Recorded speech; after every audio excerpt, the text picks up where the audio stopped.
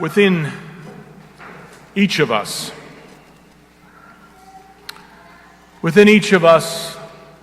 there is a David and there is a Saul. Each of us, we have a David and we have a Saul that we can react to. Now, to fully understand that, or to give some grasp of it, we have to look at that first reading and with a little bit of a backstory. You see, David was anointed Saul's successor. David, he slew the giant. Saul welcomed that. David was witty. David was young. David was handsome to behold. And everything Saul loved about David, he would soon become jealous of.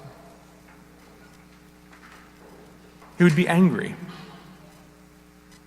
frustrated. All of it soon would morph into a hatred. Saul hated David. And soon, David became enemy number one. He fled, and Saul took off after him. And for a good portion of that scripture, there was this hiding and maneuvering and back and forth until today's reading. We're in the camp where Saul and his men were sleeping. David and his lieutenant very clandestinely sneak into the camp, and there lies David's nemesis, Saul. And his lieutenant said, "Give me just one shot, and I'll get rid of him. Give me just one shot, and I'll thrust him through. He won't rise again." But David reacts in an extreme way, not countering all of Saul's negative with another negative. David reacts in an extreme way and shows Saul mercy. Extreme mercy. And unfortunately, it probably further exacerbated Saul's anger, his jealousy, his rage. Saul will die on a battlefield around him. But more sadly, Saul will die with the battle still waging within him. Each of us at some point in our life, we have experienced such a battle within, yes?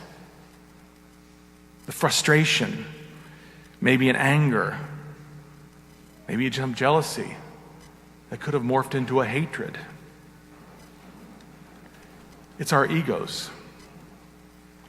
But each of us, we can call on our David within, not give in to the Saul. Let me give you an example of that. In my own life, in recent history, within 5 years, there was someone I worked closely with, someone that I enjoyed working with, someone that I admired, someone that over time I became a little frustrated with, someone I was angry with. He didn't know it. I knew it. And it stirred within me. And it made me more miserable. And everything about my frustration that way turned inward to cause me more anger, to the point of almost hatred. And it disturbed me. I went to confession, and I laid out all the details to a priest, a very good priest. And laying out all these details, he finally looked at me and he said, "You know, Tim, you keep drinking the poison and you think it's going to hurt him.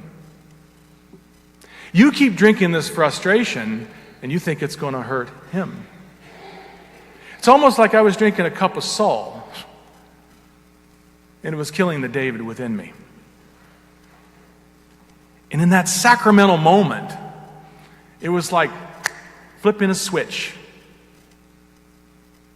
From my darkness, all of a sudden there was light. I understood what he was saying. I understood it so well. And I did my penance. And I've forgotten about that until I wrote this homily. It was amazing. The mercy of God. An extreme mercy in the sacrament that was given to me, like flipping a switch in a moment. I left darkness and walked into light. The light of mercy, it can shed light on those internal battles we have within ourselves.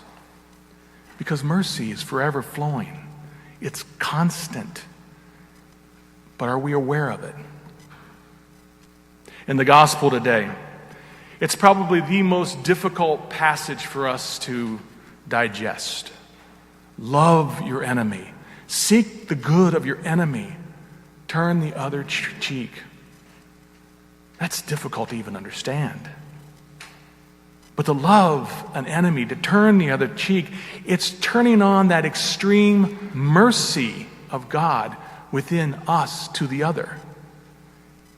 It's in that extreme mercy, like the sacramental moments, that can disarm hatred. Disarm the hatred in them and disarm any hatred within us. It reveals God's mercy in the present moment, a very sacramental moment. Flipping on that switch, employing the total God effect in the moment. You see, my friends, if we're left to our own devices, we could remain in turmoil within our lives. We could feel that internal strife, that battlefield raging, and have no recourse to do something about it.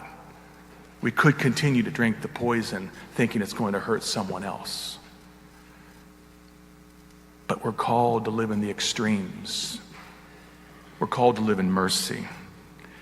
We're called to live in the light instead of darkness. Mercy instead of hatred. We're called to be David, not Saul.